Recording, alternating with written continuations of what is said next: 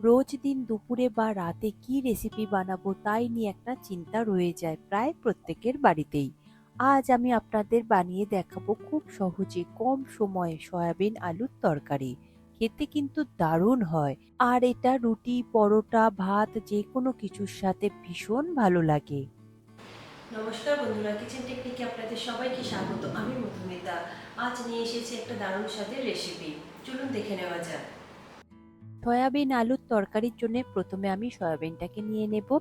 আমি এখানে ওজন হিসাবে 150 গ্রাম মতো সয়াবিন নিয়েছি। আমি সয়াবিনটাকে উষ্ণ গরম জলে ভিজিয়ে রাখবো। যদি আপনাদের হাতে সময় থাকে তাহলে আপনারা ঠান্ডা জলেও ভিজিয়ে রাখতে পারেন। এছাড়া আপনারা সিদ্ধ করেও নিতে পারেন। যেটা আপনাদের সুবিধা হয় সেটাই করবেন। এরপর এই জলের মধ্যে আমি হাফ চা চামচ নুন মিশিয়ে দেব। এরপর ঢাকা দিয়ে 20 থেকে 25 মিনিট মতো রেখে দেবেন, তাতে করে সয়াবিনটা খুব সুন্দরভাবে ফুলে যাবে। সয়াবিনটা আমি সরিয়ে রাখলাম। এরপর নিয়েছি একটা বড় সাইজের আলু। আলুটাকে দেখুন আমি ঠিক এই রকমই ছোট ছোট করে টুকরো করে নিয়েছি। আলুটা এইরকম ছোট করে টুকরো করে নিলে রান্নাটা তাড়াতাড়ি হয়ে যায়। তবে আলু আপনারা নিজেদের পছন্দ মতো করে সাইজ করে কেটে নিতে পারেন। আলুটা আমি খুব ভালো করে ধুয়ে রেখেছিলাম। এরপর এটা আমি সরিয়ে রাখবো।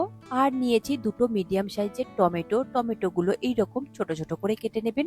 টমেটো ছোট করে কেটে নিলে টমেটোটা খুব তাড়াতাড়ি নরম হয়ে যাবে। টমেটোটা আমি সরিয়ে রাখলাম। এরপর নিয়েছি দুটো মিডিয়াম সাইজের পেঁয়াজ। পেঁয়াজগুলোকে এইরকম মিহি করে কুচিয়ে নেবেন। দেখুন পেঁয়াজটা আমি এবার সরিয়ে রাখলাম। আর নিয়েছি বড় চামচের 2 চামচ টক দই। টক দইটা রুম টেম্পারেচারে টক দই নেবেন আর খুব ভালো করে ফেটিয়ে নেবেন। এগুলো আমি সরিয়ে রাখলাম। এরপর একটা স্পেশাল মশলা রেডি করে নেব। দেখুন আমি একটা প্লেটের মধ্যে সমস্ত মশলা রেডি করে নিয়েছি। এই মশলাগুলো ব্যবহার করলে আর অন্য কোনো মশলার প্রয়োজন পড়বে না। প্রথমেই নিয়েছি 3টে লবঙ্গ, নিয়েছি দুটো ছোট দারচিনির টুকরো, নিয়েছি হাফ চা চামচ গোটা জিরে, নিয়েছি 1 চা চামচ গোটা ধনে, নিয়েছি একটা শুকনো লঙ্কা, আর নিয়েছি 15 থেকে 16টা মতন গোটা গোলমরিচ, আর নিয়েছি দুটো ছোট এলাচ। এরপর এই মশলাগুলোকে একটু ভেজে নিতে হবে। তার জন্য একটা কড়াই নিয়েছি। কড়াইটা লো ফ্লেমে গরম করে নেব। গরম হয়ে গেলে তার মধ্যে এই সমস্ত মশলা দিয়ে দেব। দেওয়ার পরে লো ফ্লেমে মশলাগুলোকে 1.5 থেকে 2 মিনিট মতো খুব ভালো করে একটু রোস্ট করে নেবেন বা ভেজে নেবেন। তবে ভাজবার সময় মশলাটা কিন্তু আপনারা কন্টিনিউ নাড়াচাড়া করবেন, তা না হলে কিন্তু কালো হয়ে যাবে। তাতে করে মশলার ফ্লেভার আর অ্যারোমাটা একদম নষ্ট হয়ে যাবে। দেখুন মশলা আমার ভাজা হয়ে গিয়েছে। একটা প্লেটের মধ্যে ঢেলে নিয়েছি। ঠান্ডা হয়ে গেলে এটা পাউডার করে নেব। এবার ওই কড়াইয়ের মধ্যে আমি দিয়ে দেব 2 থেকে 3 টেবিল চামচ সর্ষের তেল। তেলটা হাই ফ্লেমে খুব ভালো করে গরম করে নেবেন। তারপর আলুগুলোকে দিয়ে দেবেন। আলুগুলো দিয়ে হাই ফ্লেমে খুব ভালো করে একটু নাড়াচাড়া করে নেবেন। তারপরে গ্যাসের ফ্লেমটাকে আপনারা লোতে করে দেবেন। এরপর আলুটা ভাজবার সময় আমি দিয়ে দেব সামান্য একটু নুন। আমি শুধু নুন দিয়েই আলুটাকে ভেজে নেব। এখানে আর হলুদ দেওয়ার প্রয়োজন নেই। আপনারা চাইলে আলুটা ঢাকা দিয়েও ভেজে নিতে পারেন। আলুটা যাতে খুব ভালোভাবে নরম হয় ঠিক সেইভাবে আপনারা ভেজে নেবেন।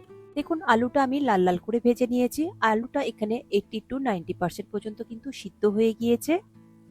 এরপর আলুটা একটা ঝাঁঝরির সাহায্যে তেল থেকে তুলে নিয়ে একটা বোলের মধ্যে রেখে দেব।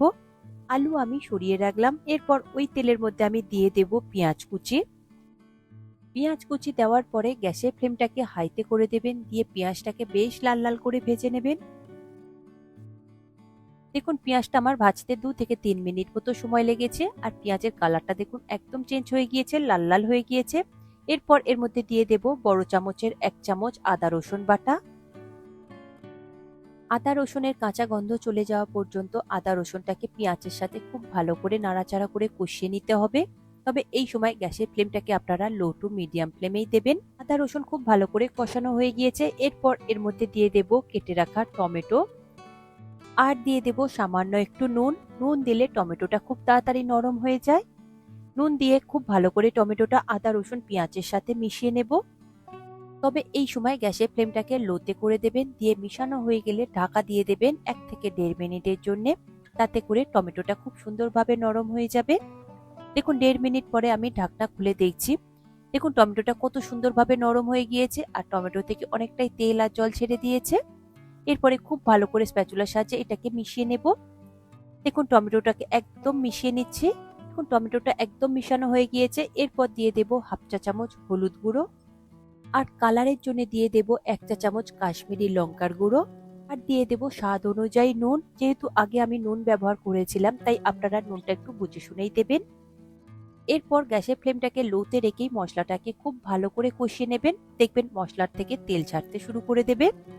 এরপর দিয়ে দেব ঝালের জন্য 2টো কাঁচা লঙ্কা। যেহেতু ভাজা মশলার মধ্যে শুকনো লঙ্কা রয়েছে তাই ঝালের পরিমাণটা আমি একটু কম দিলাম। আপনারা যদি একটু ঝাল খেতে বেশি পছন্দ করেন সেক্ষেত্রে আপনারা ঝালের পরিমাণটা একটু বাড়িয়ে দেবেন। খুব ভালো করে মিশানো হয়ে গিয়েছে, গ্যাসের ফ্লেমটাকে লোতেই রয়েছে। এরপর দিয়ে দেব ফেটিয়ে রাখা টক দই।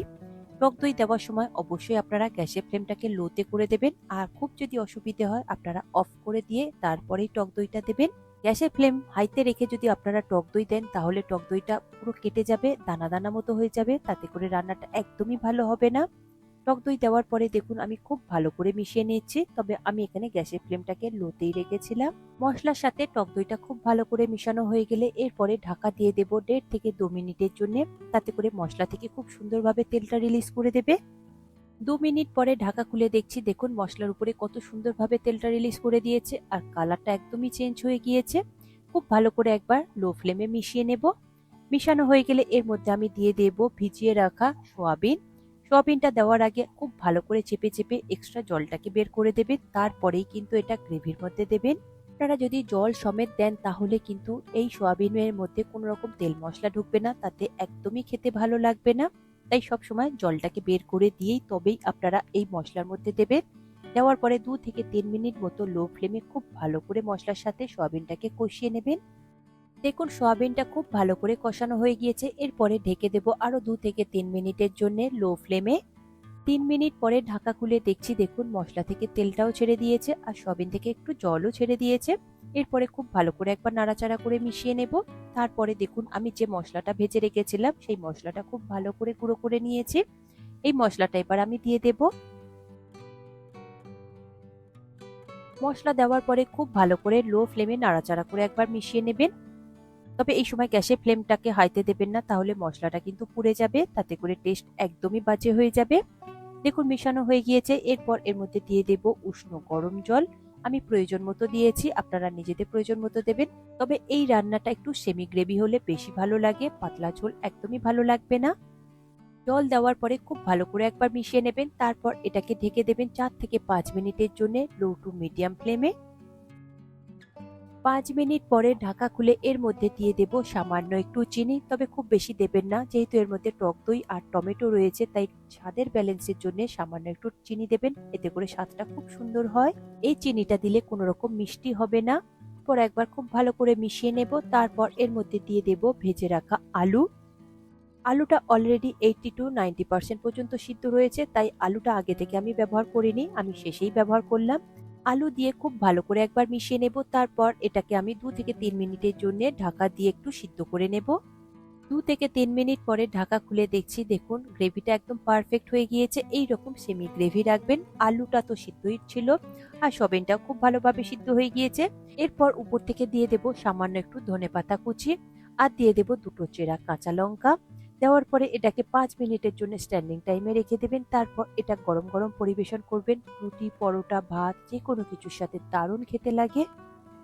দেখুন 5 মিনিট পরে আমি একটা সার্ভিং কড়াইয়ের মধ্যে সার্ভ করে নিয়েছি। কালারটা যতটা সুন্দর এসেছে খেতে কিন্তু তার থেকে বেশি সুন্দর হয়েছে। আপনারা এই রকম ভাবে একবার বানিয়ে নেবেন রাতে কিংবা দুপুরে, দেখবেন বাড়ির প্রত্যেকেই ভীষণ পছন্দ করবে এই রেসিপিটি। এই সয়াবিন আলুর তরকারিটা সম্পূর্ণ ভিন্ন স্বাদের হয়েছে, আপনারা এইভাবে একবার ট্রাই করে দেখবেন। এই রেসিপিটি আপনাদের কেমন লাগলো কমেন্টে অবশ্যই জানাবেন, আর যদি ভালো লেগে থাকে তাহলে লাইক শেয়ার করবার অনুরোধ রইল। সাথে এই রকম সব নিত্য নতুন রেসিপি পাওয়ার জন্য কিচেন টেকনিককে সাবস্ক্রাইব করে রাখবেন। আজ তাহলে এই পর্যন্ত, আবারও দেখা হবে অন্য কোনো রেসিপির সাথে। সবাই ভালো থাকবেন, সুস্থ থাকবেন, আর ভিডিওটি পুরো দেখার জন্য অসংখ্য ধন্যবাদ।